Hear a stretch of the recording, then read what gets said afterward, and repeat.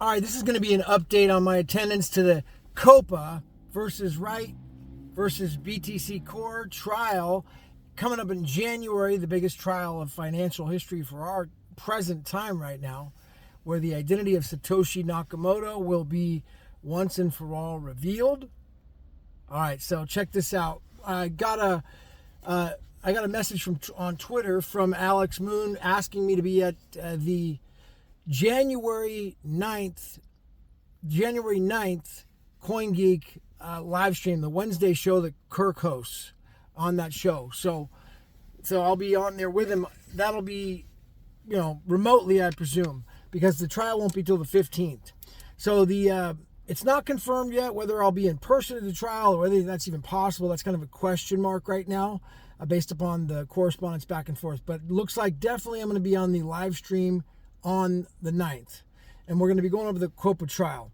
And I just want a couple of updates and also give you guys like exactly my prediction on how it's going to go down.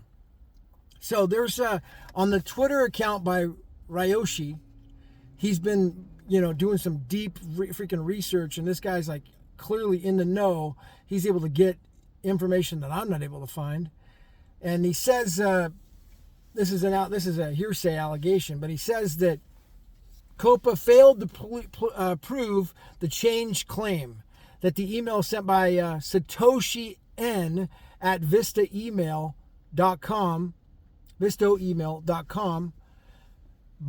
by Craig Wright to John Chishenda and Ramona Watts is fake.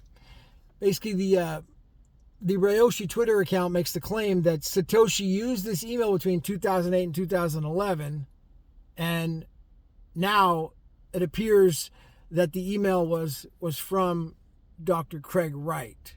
So how in the world did Craig Wright get access to this email address is the question mark, if he's not Satoshi. So that's a new fact, a new possible fact could be brought in or determined.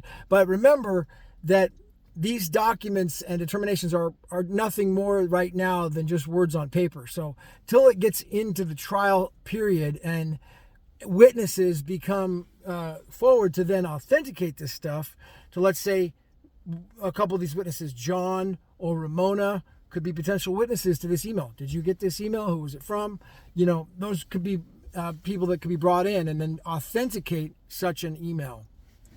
So that'll be interesting to come forward. Now, my prediction for what really is going to go on here is that,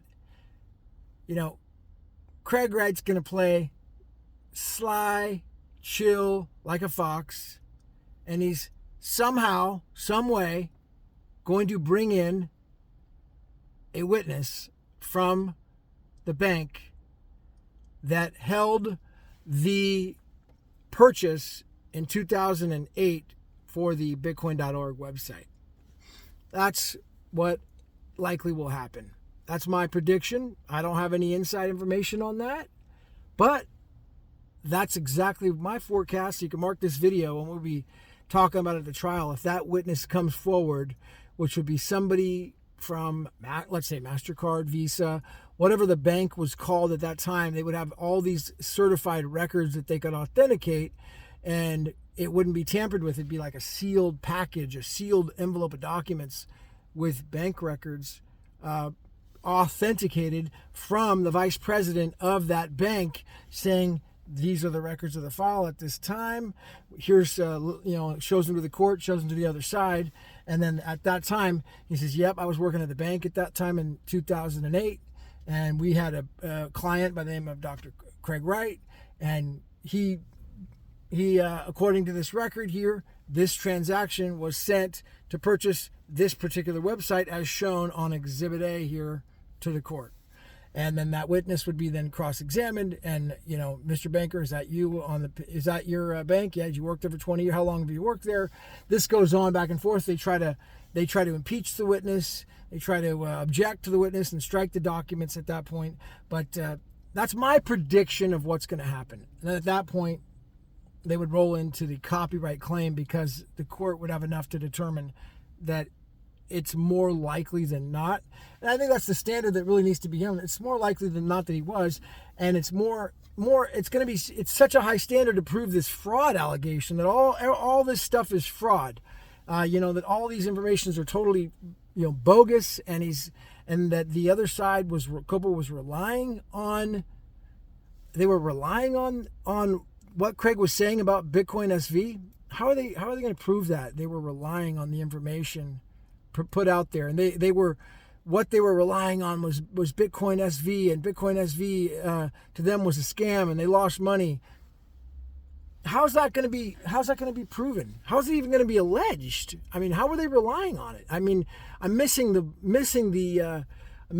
possible allegations there, because according to all the plaintiffs, each one of those plaintiffs, being Kraken, Coinbase, and others, they all immediately shut down BSV off all their exchanges. So that just appears to be, not even possible to make that allegation. So we'll see how it plays out, but it's not looking good right now for the other side with some of the new information and the overall high standards to prove such an allegation. And with a guy who's thought this through, and again, my encouragement over to Dr. Wright is to just believe 100% in yourself and your own plan, because it's really, he's the mastermind behind all this since 2008. He's had a lot of help and support, but he's really been masterminding this out, and his legal mind is on a whole nother level. And so he's seeing this from, the strategy of a high level powered legal force combined with the doctorates that he's got and the PhDs and the math and the science and the physics and the spiritual element. Don't forget that he's also a doctorate of theology. And so he's intertwining the biblical references in all of his decisions, and probably prophecy. I mean, this guy's, his knowledge is on another level, and his experience. So my only encouragement to him is don't listen to anybody else but yourself, and whatever the plan is going to unfold perfectly. That's how it's going to play out, man. So we're all excited, and I'll see you on the January 9th live for the CoinGeek. This is Gavin Mail. Be sure to like, comment, and subscribe. And you can start supporting me in my endeavors here by just putting a hand cash link in the bottom here, and send if you're new to this, dude, send freaking get Bitcoin SV on your own. Somehow find a way. There's places like Rock Wallet, Centbee, Centi. There's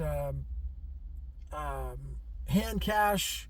Those are all places that are possible ways, because all these other exchanges have shut it down. So, and then once you get it, send me some after you get your first Bitcoin SV. It's only $50. It's like less than $50.